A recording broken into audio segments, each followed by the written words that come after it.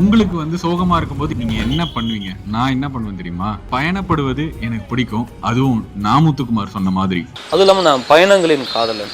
நான் வந்து எப்படியும் வந்து ஒரு 10 நாளுக்கு ஒரு தடவை எதனா பைய தூக்கிட்டு ஒரு 15 நாள் 10 நாள் வந்து காணாமல் போயிடுவேன். காடுகள், மலைகள், பெயர் தெரியாத ஊர்கள், அப்படி வந்து நிறைய பயணங்கள் விரும்புகிறேன் நான். அப்படி பயணங்களில் கிடைக்கிற அனுபவங்கள், என்னுடைய சொந்த வாழ்க்கையில் கிடைக்கிற சுக துக்கங்கள், அந்த அனுபவங்கள், இப்படி எல்லாமே சேர்ந்து தான் வந்து என்னை ஒரு படைப்பாளியாக மாற்றுச்சு.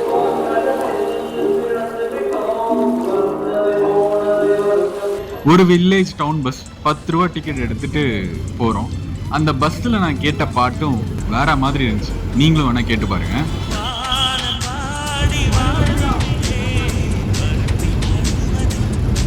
சாக்ரட்டிஸ் சொன்ன ஒரு கோட் உங்களுக்கு சொல்றேன்.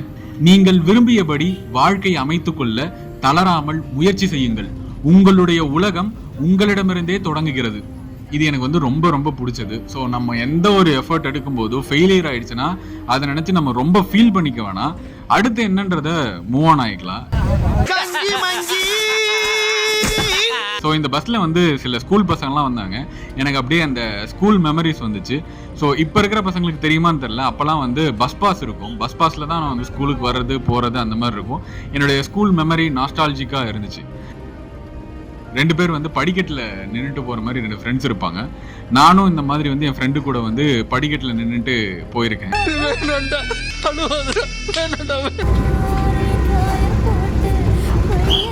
உங்க வாழ்க்கையில் இருக்கிற அவ்வளவு பிரச்சனைக்கும் ஆறுதல் எங்க கிடைக்கும்னு எனக்கு தெரியாது. எனக்கு இந்த நேரத்துல இந்த 10 ரூபா டிக்கெட் தான் சொல்யூஷனா இருந்துச்சு. பஸ்ஸில் வந்து ஆதி படத்துல இருக்கிற லேலக்கு லேலக்கு பாட்டு ஓடுச்சு.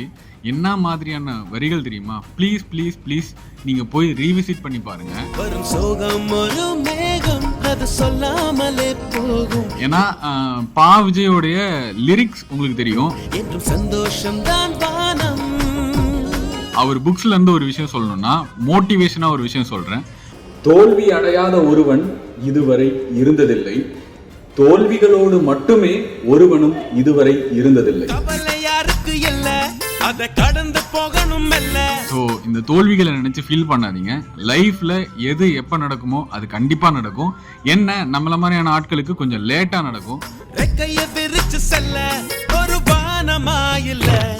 எந்த சோகமும் ஒரு நாள் தான். முதல் நாள் கொஞ்சம் ஆழமா இருக்கும், அடுத்த நாள் அந்த ஆழத்தின் அடர்த்தி குறையும். உங்களுக்கு வந்து சோகமா இருக்கும்போது என்ன பாட்டு வந்து கேட்க பிடிக்கும் அப்படின்றத கமெண்ட்ல சொல்லுங்க.